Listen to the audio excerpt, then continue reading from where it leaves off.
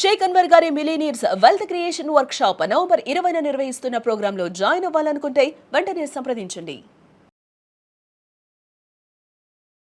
Welcome to Suman TV. నేను మీ Suman TV Nag. Uttarabhadra నక్షత్రం వారి గనుక మనం చూసుకుంటే నవంబర్ నుంచి డిసెంబర్ వరకు ఏ విధంగా ఉండబోతుంది అనేది ఈరోజు మనతో పాటు వైదిక్ ఆస్ట్రాలజీ ఉమా గారు ఉన్నారు. అది వారి మాట్లాడి తెలుసుకుందాం. నమస్కారం ఉమా గారు. నమస్తే అండి. ఉత్తరాభాద్ర నక్షత్రం వారికి కనుక మనం చూసుకుంటే క్యారెక్టరిస్టిక్స్ అండ్ ట్రేట్స్ అసలు ఏ విధంగా ఉంటాయి, ద సేమ్ టైం నవంబర్ నుంచి డిసెంబర్ వరకు ఏ విధంగా ఉండేటువంటి అవకాశం ఉంటుంది? తప్పకుండా అండి. ఉత్తరాభాద్ర నక్షత్రము అనేటువంటిది శనికి సంబంధించినటువంటి నక్షత్రము. మీనరాశిలో సంచారం చేసేటువంటి రాశిఫలం అండి. మీనరాశిలో సంచారం చేసేటువంటి నక్షత్రం అండి.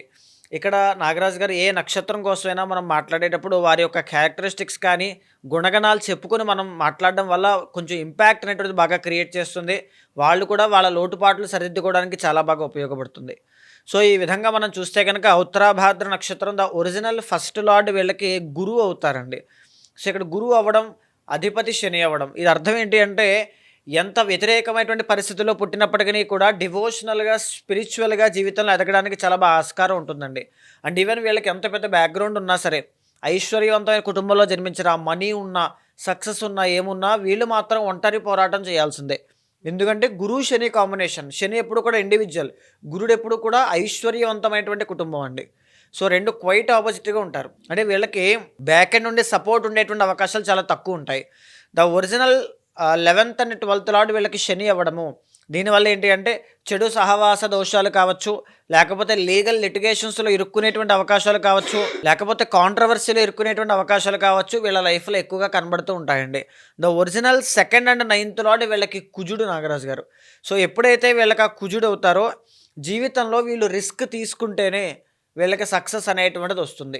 ఎందుకు ఈ మాట అన్నానంటే అండి, కొంతమందికి ధనకారకుడు గురుడు అవుతారు. డివోషనల్గా ఎప్పుడైతే వెళ్తారో వాళ్ళకి అప్పుడే సక్సెస్ వస్తుంది. కొంతమందికి ధనకారకుడు రాహు అవుతారు. అలాంటి వాళ్ళకి కొన్ని పనులు కొంచెం ఇల్లీగల్గా వెళ్తే సక్సెస్ వస్తుంది. కొంతమందికి కుజుడు అవుతారు, అంటే రిస్క్ తీసుకోవాలి.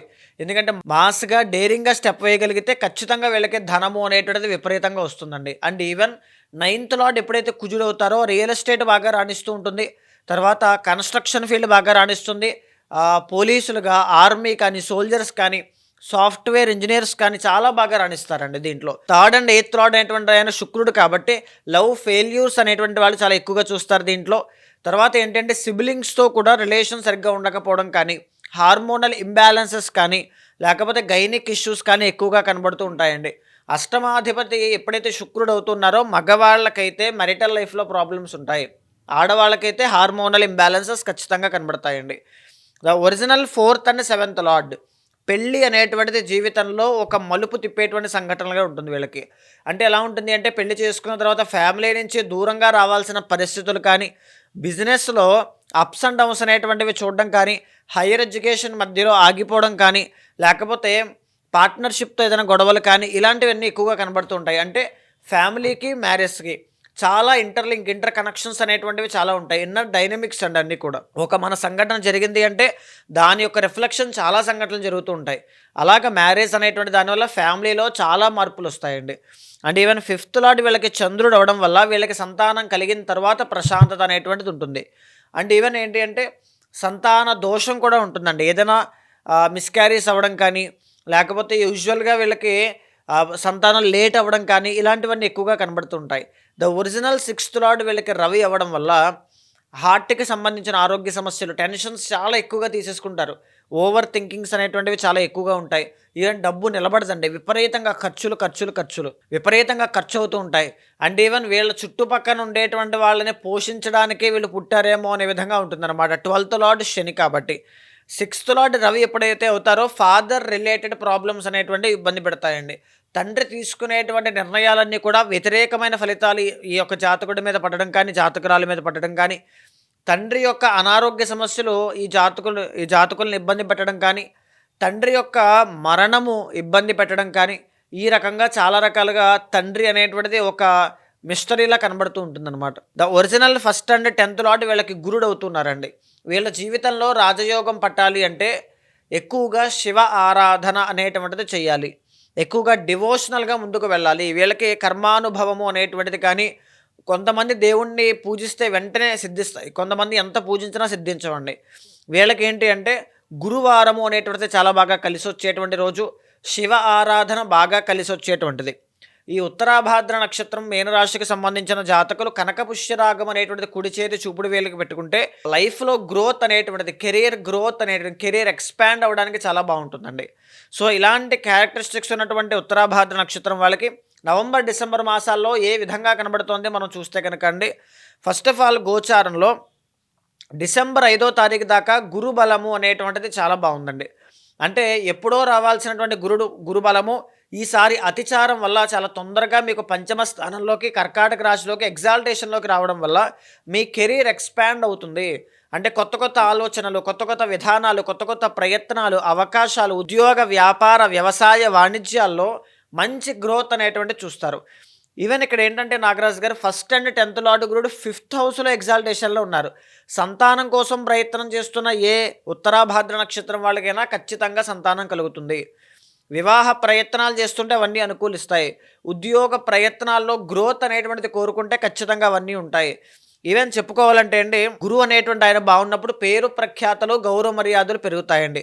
ధన ఆదాయం, ఎర్నింగ్స్ అనేటువంటివి బెటర్గా ఉంటాయి ఇంతకు ముందు మీద. అయితే మిగతా గ్రహాలను కూడా మనం చూసుకుంటే లగ్నంలో శని వక్రించి మీనరాశిలో సంచారం చేస్తూ ఉన్నారండి. ఏలినాటి శని అనేటువంటిది ఉంది. రాంగ్ ఇన్వెస్ట్మెంట్స్ అనేటువంటివి చేయకూడదు. గైనిక్ ఇష్యూస్ కానీ, డైజెషన్ ప్రాబ్లమ్స్ కానీ, మోకాళ్ళ సమస్యలు కానీ, ఆర్థరైటిస్ కానీ, లేకపోతే వాత దోషాలు, సయాటికా, స్పాండిలైటిస్ లాంటి ఆరోగ్య సమస్యలు ఉన్న వాళ్ళు మరింత జాగ్రత్తగా ఉండాలి. 12వ స్థానంలో రాహుగ్రహ సంచారం కనబడుతోంది. దీర్ఘకాలిక ఆరోగ్య సమస్యలు ఉన్నవాళ్ళు కానీ, అలవాట్లు, వ్యసనాలు, జోదం ఉన్నవాళ్ళు మరింత జాగ్రత్తగా ఉండాలి. డబ్బు నిల్వ ఉంచుకోవడానికి, సేవ్ చేయడానికి ప్రయత్నం చేయాలి. 12వ స్థానంలో రాహు కాబట్టి. 6వ స్థానంలో కేతుగ్రహ సంచారం అనేటువంటిది స్థిరంగా నమ్మినటువంటి కులదైవాన్నో, నమ్మినటువంటి ఇష్టదైవాన్నో మీరు పూజించగలిగితే, కన్సిస్టెన్సీ అనేటువంటిది భక్తి రూపంలో మీ కెరీర్లో మీరు ప్రదర్శించగలిగితే మీకు దేవతానుగ్రహం వల్ల రాజయోగము అనేటువంటిది సిద్ధిస్తుంది ఖచ్చితంగా అండి. 8వ స్థానంలో రవి శుక్రగ్రహ సంచారాలు నవంబర్ 17 దాకా కనబడుతూనే నవంబర్ 17 దగ్గర నుంచి రవి 9th హౌస్ వృశ్చిక రాశిలోకి ప్రవేశిస్తున్నారండి. అష్టమంలో శుక్రుడు నవంబర్ మాసం అంతా కూడా యోగిస్తారండి.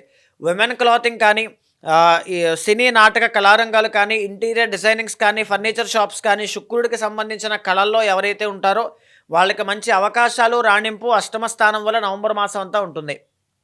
అయితే నవంబర్ 17 తర్వాత నుంచి రవి భాగ్యస్థానంలోకి వెళ్ళడం వల్ల అష్టమ రవి యొక్క దోషం పోయి అనారోగ్య సమస్యల నుంచి, రుణబాధల నుంచి బయటకు వస్తారు. ఇంతకు ముందున్నంతగా మీ పనిలో పెర్ఫార్మెన్స్ అనేటువంటిది పెరుగుతుంది. భాగ్యంలోనే కుజగ్రహ సంచారం ఓన్ హౌస్లో ఉండడం వల్ల కొత్తగా ఇల్లు కట్టుకోవాలి, వాహనాలు కొనాలి, భూములు కొనాలి, రియల్ ఎస్టేట్ కానీ, కన్స్ట్రక్షన్ కానీ ఫీల్డ్స్లో ఉన్న వాళ్ళకి మంచి రాణింపు అనేటువంటిది చాలా బాగుంటుంది. నవంబర్ 19వ తారీఖున బుధుడు వక్రించి మళ్ళీ 8వ స్థానంలోకి రావడం వల్ల వ్యాపారం రెండింతలు అయ్యే అవకాశాలు ఎక్కువగా ఉంటాయండి. అయితే మేజర్లీ చెప్పుకోవాల్సిన విషయం ఏంటి అంటే, ఏదైనా ముఖ్యమైన పనులు కానీ, శుభకార్యాలు కానీ, ప్రయత్నాలు కానీ, అవకాశాలు కానీ ఏదైనా ఉంటే డిసెంబర్ 5వ తారీఖు లోపు అవన్నీ పూర్తయ్యే విధంగా మీరు చూసుకోగలిగితే అన్నీ సక్సెస్ఫుల్గా ముందుకు వెళ్ళగలుగుతారు.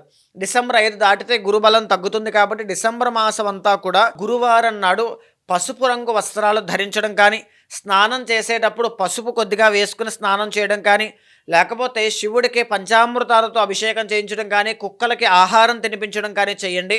గురుబలము అనేటువంటిది విపరీతంగా పెరుగుతుంది. చాలామంది పర్సనల్ చాట్ కోసం అని చెప్పేసి కాల్స్ చేస్తూ ఉన్నారు అండ్ నన్నే ఎక్కువగా అడుగుతూ ఉంటారండి. జనరల్గా అంటే ఉమాగారి అపాయింట్మెంట్ కావాలి అని చెప్పేసి ఆయన యజ్ఞాలు, యాగాలు, హోమాలు చేస్తూ ఉంటారు కదా. సో మాకు కూడా కొంచెం టైం ఇమ్మని చెప్తారని చెప్పేసి పర్సనల్ రిక్వెస్ట్ అయితే చేస్తూ ఉంటారు నాకే. అలాగా మీకోసం అంటే మీ అపాయింట్మెంట్ కోసం పర్సనల్గా మిమ్మల్ని అప్రోచ్ అవ్వాలి అనుకుంటే ఎలా? తప్పకుండా అండి. అలాంటి వాళ్ళు ఎవరైనా ఉంటే మీకు కింద కనిపించిన నెంబర్కి కాల్ చేస్తే మా వాళ్ళు మీకు పూర్తి వివరాలు అందిస్తారు. తప్పకుండా ఏదైనా ఒక రెమెడీ మనం ఆచరిస్తున్నాము అంటే దాంట్లో మనకు ఏదైనా దోషం ఉంది అంటే దానికి ఉన్నటువంటి కర్మ పోయే విధంగా మనం రెమెడీ చేయాలి. అంటే ఎన్నో రెమెడీస్ ఉంటాయండి, కొన్ని వందల వేల రెమెడీస్ అనేటువంటివి ఉన్నాయి. మనం ఏం చేస్తున్నాం, అది మన కర్మ మీద, మన జీవితం మీద మంచి రిఫ్లెక్షన్ వస్తుందా లేదా, ఎవ్రీథింగ్ అన్నీ కూడా మీ జాతకం ద్వారా మీరు ఇచ్చినటువంటి పర్సనల్ డేటా ఏదైతే డేట్ ఆఫ్ బర్త్ కానీ, టైమ్ ఆఫ్ బర్త్ కానీ ఉంటుందో దాన్ని బట్టి చూసిన తర్వాత గోచారంతో సమన్వయం చేస్తూ ఏదైనా దోషాలుంటే శాంతి పరిహారములు ఆచరింపచేసి భగవత్ అనుగ్రహం కలిగేలా చేస్తాను. థ్యాంక్ యూ అండి. Thank you so much Uma గారు. నమస్తే అండి. చూసారు కదండి వీడియో. ఈ వీడియోపై మీ అభిప్రాయం కమెంట్ బాక్స్లో పోస్ట్ చేయండి.